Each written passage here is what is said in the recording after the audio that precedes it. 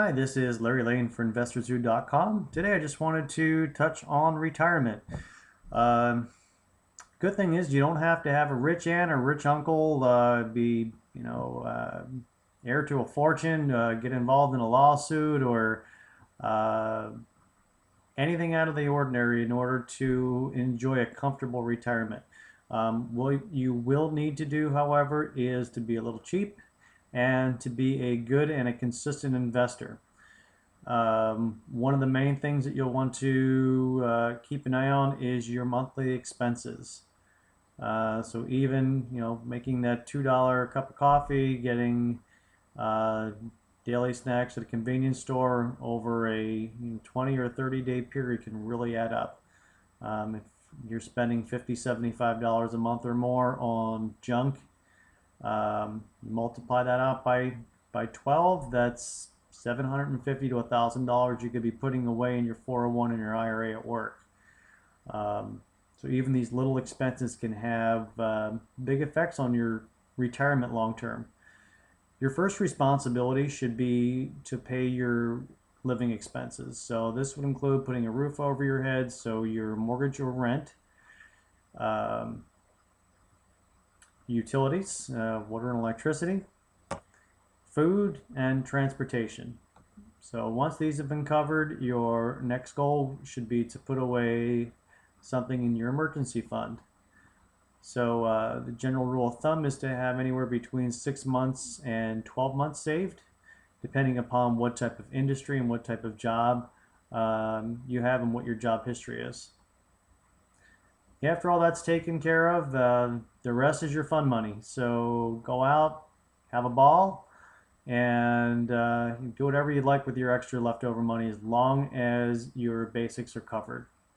So let me tell you how important it is to start saving early. The investment seminars I go to are primarily attended by people in their 40s and up.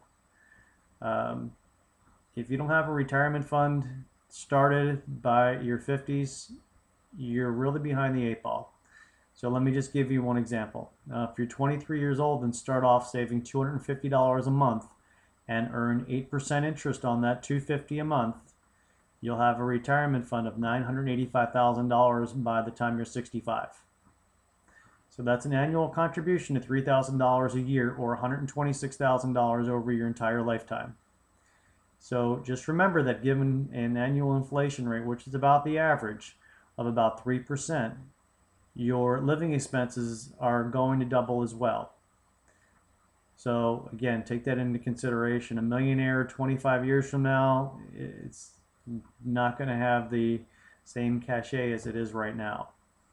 If you waited 10 years and say, hey, I wanted to have some fun in my 20s, I'll worry about it later. You wait 10 years and you say, you know what, I'm going to do a little bit of catch up. I'm going to put $5,000 a year in. Well, at $5,000 a year at the same 8% is you'll have $724,000 by the time you're 65. And that's $260,000 less than if you had started 10 years earlier and only contributed $3,000 a year instead of the 5. So again, you don't have to win the lottery. What you have to do though is start early, be consistent, and make sure that you're at least matching the averages of the stock market. Over a 100-year period, the market's averaged about 8% plus dividends, bringing it to a total of about 9%. You hit that 8 mark, just to play conservatively, consider that you have some expenses. Perhaps you didn't pick the right fund, but as long as you can get into that 8% area and being a consistent investor, depending upon what your living expenses and your lifestyle are, you should have $1 million or more by the time you're 65. One of the other really important things is home ownership. Although there's been over 1 million foreclosures this year, projected for 2010, and possibly another 1 million for 2011. Home ownership is a great way to contribute towards your retirement. So here are the benefits to home ownership. Money that you pay onto your mortgage goes into your interest and mortgage payments as well, so you're reducing the amount of money that you owe on your mortgage. If you rent, you wind up owing nothing. Taxes are another big consideration. You'll be able to write off a significant amount of interest, depreciation on your home, as well as your taxes. So you will get a tax break on any homeowner's taxes that you pay on your tax return. And most important, you'll have appreciation from your house. There's been no 15-year period in a major metropolitan city where home prices have decreased.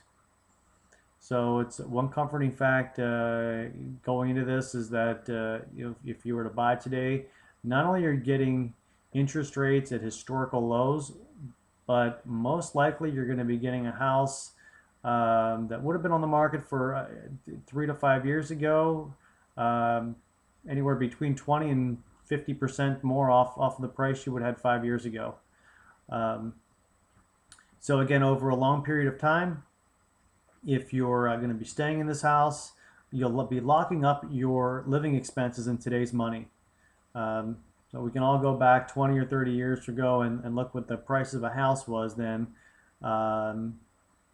Again, if everything continues to appreciate the way it has been in the past, through the good times and bad, and you even see a 3% appreciation on your home over a 25-year period, your home price will double.